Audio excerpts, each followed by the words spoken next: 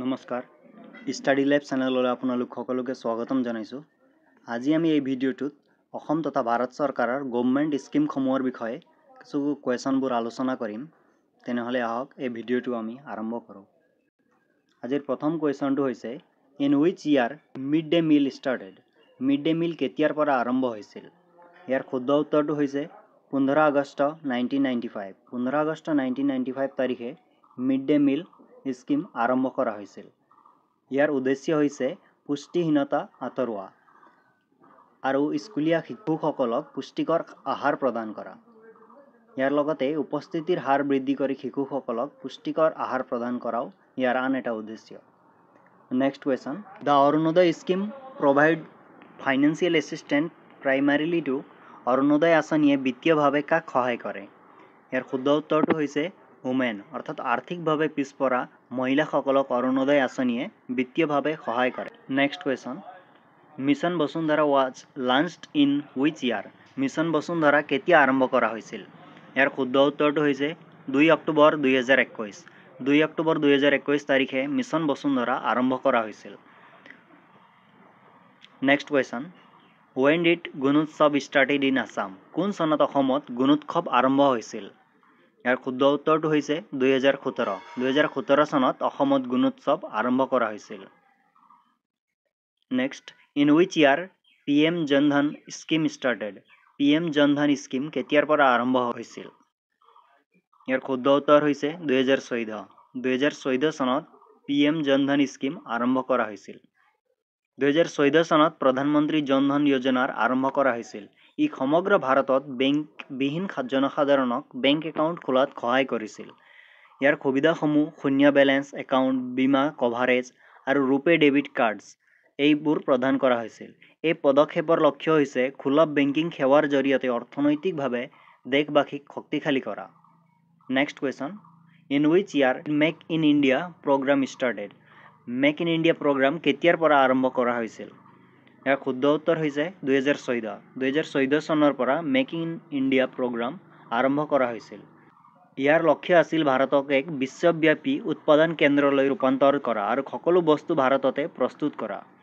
Make in ইণ্ডিয়াৰ লক্ষ্য হৈছে বিনিয়োগ আকৰ্ষিত কৰা আৰু থলুৱা উৎপাদনৰ হাৰ বৃদ্ধি কৰা। নেক্সট কুৱেশ্যন, ইন হুইচ ইয়াৰ স্বচ্ছ ভাৰত মিছন ষ্টাৰ্টেড। কোন চনত স্বচ্ছ ভাৰত মিছন আৰম্ভ কৰা হৈছিল? ইয়াৰ শুদ্ধ উত্তৰ হৈছে 2014। 2014 চনত স্বচ্ছ ভাৰত মিছন আৰম্ভ কৰা হৈছিল। ভাৰতক পৰিষ্কাৰ আৰু স্বাস্থ্যকৰ কৰি তুলিবলৈ 2014 চনৰ 2 অক্টোবৰত স্বচ্ছ ভাৰত অভিযান আৰম্ভ কৰা হৈছিল। ইয়াৰ লক্ষ্য আছিল মুকলিত শৌচ কৰা আৰু অনাময় সুবিধা উন্নত কৰা।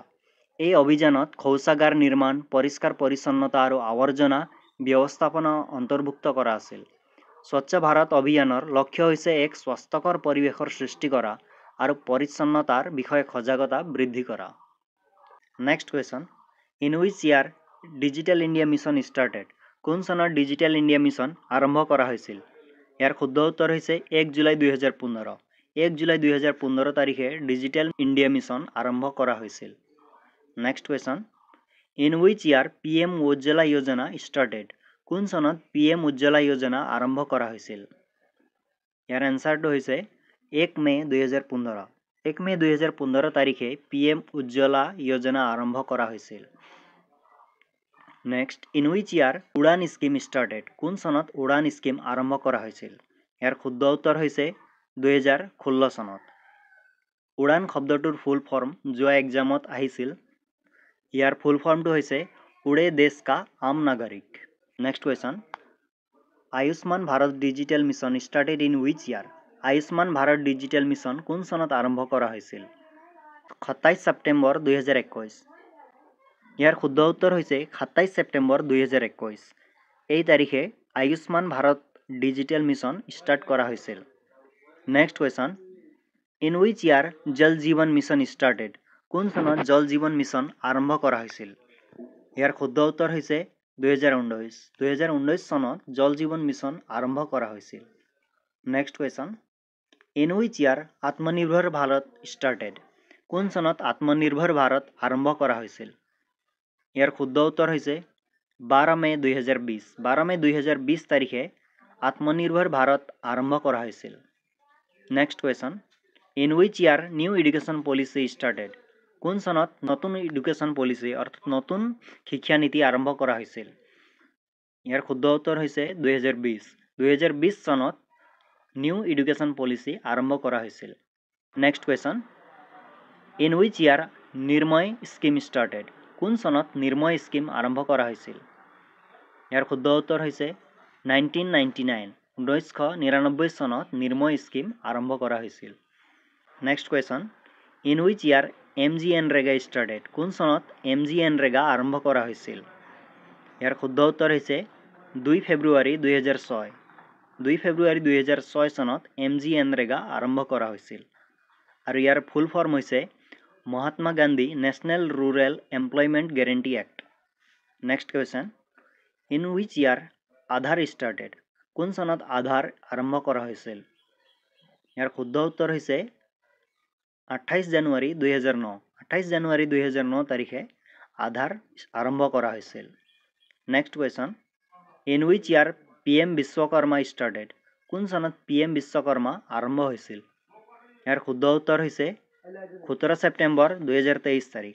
17 ছেপ্টেম্বৰ 2023 তাৰিখে PM বিশ্বকৰ্মা আৰম্ভ কৰা হৈছিল। এই কুৱেশ্যনসমূহৰ PDF আমি ডেছক্ৰিপশ্যনৰ লিংকত আপলোড কৰিছোঁ। আপোনালোকে যদি PDF বিচাৰে তেন্তে ডেছক্ৰিপশ্যনৰ লিংকত গৈ ডাউনলোড কৰি ল'ব পাৰে। ধন্যবাদ। আজিৰ কাৰণে ইমানেই। আকৌ আমি লগ পাম নতুন ভিডিঅ'ত নতুন টপিকৰ সৈতে।